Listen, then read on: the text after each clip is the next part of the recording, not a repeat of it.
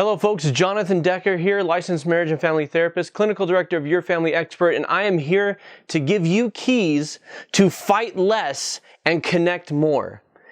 And fighting isn't just when you go head to head and you actually clash and yell and throw things and scream or say sarcastic, mean things. Fighting is also just when you turn away from each other. Fighting is when you just stop talking, you stop trying, or you punish each other through silence. That's also fighting. And fighting is toxic to relationships. They say that happy couples fight, and that's true. But what happy couples do more, and families and friends, and what happy relationships do more is they disagree, they get passionate, but they're not cruel. And what I want to help you do is to eliminate the cruelty, eliminate the contention from your relationships so that conflict is an opportunity to grow closer, to have greater understanding. I see conflict as manure. It stinks, nobody really likes it, but if it's applied correctly, it can lead to growth and beautiful fruit and beautiful flowers and lots of green and prettiness, all these things in our relationships that we want. So how do we fight less, connect more? First of all, you have to recognize the things that will kill your relationships. I've seen it happen so many times. Husbands and wives, boyfriends and girlfriends, friends, brothers and sisters, parents and children, people who were once close, tight-knit, inseparable, loved each other, and just couldn't wait to see each other, couldn't wait to spend time with each other, and then it sours and it turns ugly, and then there's feuds, and there's bitterness, and there's divorce, and there's estrangement, parents from children, like all this stuff. It's just things that we all want to avoid. And the people that it happens to often wish, I would say almost always wish they knew how to do it differently. I want to help you to do it differently before it happens, or if it's happening, to turn that ship around. So let's talk about the things that are toxic to your relationships, the things that will kill them. First of all, we're going to talk about two right now, criticism and defensiveness. Later on, I'm going to tell you about two more, and then we're going to talk about the solutions.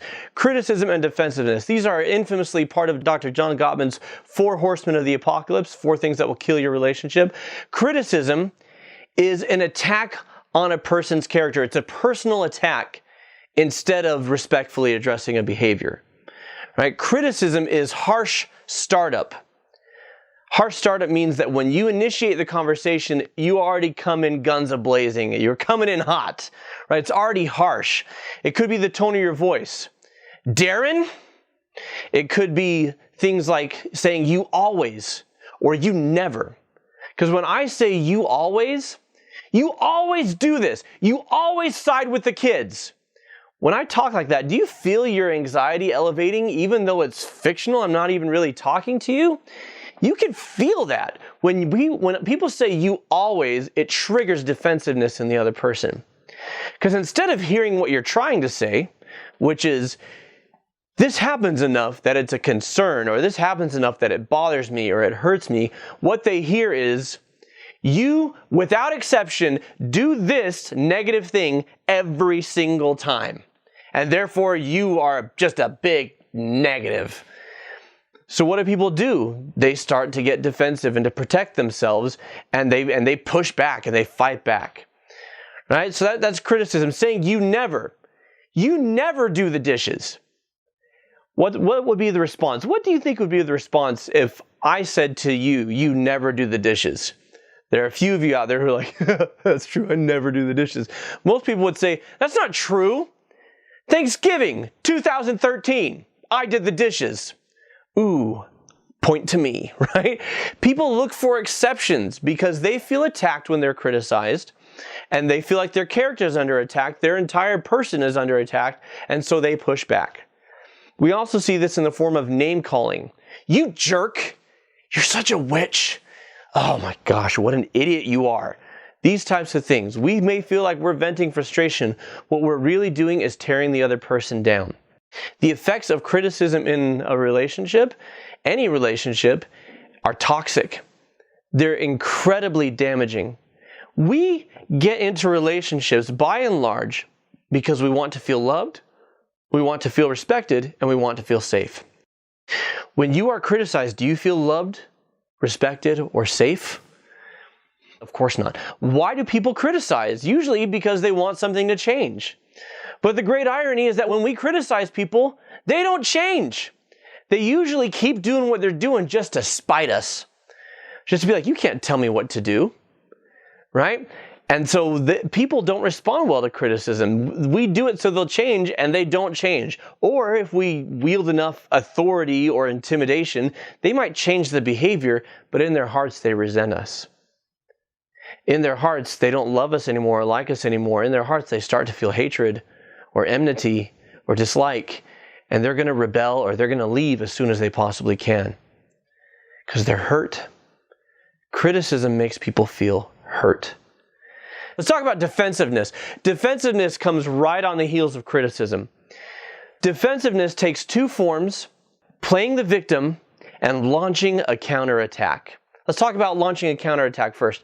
So let's say that I have a brother and he says to me, and let's say my brother and I share a room, and he's like, dude, you are disgusting. You are such a slob. You never pick up your socks, right? So he says that. Now, am I feeling like, you're right? Am I going to say this? You're right. I am disgusting. I am a slob. Thank you so much for bringing this to my attention so I can make some changes. I think you're right. By Jove, I've never picked up a single sock. How observant of you. I'm not going to say that. I'm going to get defensive. And if he says that I'm a slob and I never pick up my socks, I'm going to say, oh yeah? Well, you're a freaking pig. You'll never be able to keep a girlfriend because you're such a jerk. Because all you think about is yourself. I might throw in something completely unrelated just to attack him, or it could be related. It could be, I'm a slob? Oh, that's rich. Pot, meat, kettle. I'm a slob? Look at all those towels over there. Your towels. Your towels. You have no right to talk about my socks. No right whatsoever, right? That's a counterattack. And then there's playing the victim, which the Gottmans describe. Well, actually, I came up with this mother-in-law syndrome.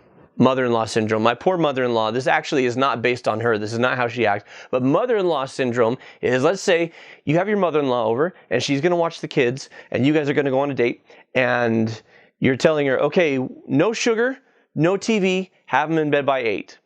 And you come home and there's Skittles wrappers all over the place and the TV's still blaring. It's 10 o'clock at night and they're awake.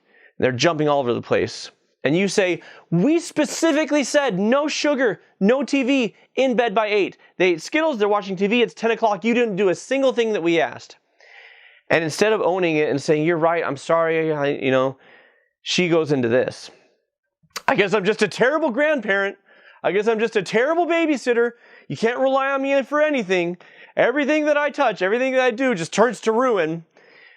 Now that's playing the victim. What is she trying to get you to do? No, it's fine. It's not a big deal. We're sorry we overreacted. Thank you so much for watching our kids, right? She gets out of it scot-free, and then your concern goes unresolved and probably builds up with each successive time that she babysits. That's what I call playing the victim. That's mother-in-law syndrome. But I'm not crazy about this phrase playing the victim in all cases because sometimes you're not playing a part. Sometimes it's not a manipulation. Sometimes you actually feel victimized. You feel like this person's being rude. Like the person who's criticizing you is overreacting, they're exaggerating, they're twisting, or they're just completely without basis. And so you genuinely feel attacked. So you say things like, why are you being so mean to me? Or I don't deserve this. Or, this is on you, this isn't on me, right? And so we feel victimized when we respond this way, but the result is the same. The result is that the person who's being critical, even if their packaging stinks, even if their approach is terrible and hurtful and just triggers defensiveness, there is in the core a concern or a frustration or a hurt that they're trying to convey to you. And because you get defensive, they don't feel heard. They don't feel like they can talk to you. And this pattern of criticism and defensiveness leads couples, leads parents and children, leads friends and family to go from really close to just drifting apart and saying, we can't talk to each other anymore. He doesn't understand me. She doesn't listen. My favorite is, he likes fighting or she likes fighting. And some people do, most people don't. They just get stuck in this pattern of criticism and defensiveness. and they need a way out. And I'm going to share with you the way out in an upcoming video. But first, we got to talk about the other two relationship killers, the other two horsemen of the apocalypse that John Gottman talks about. So I'm going to see you in the next video, and we're going to hit those hard.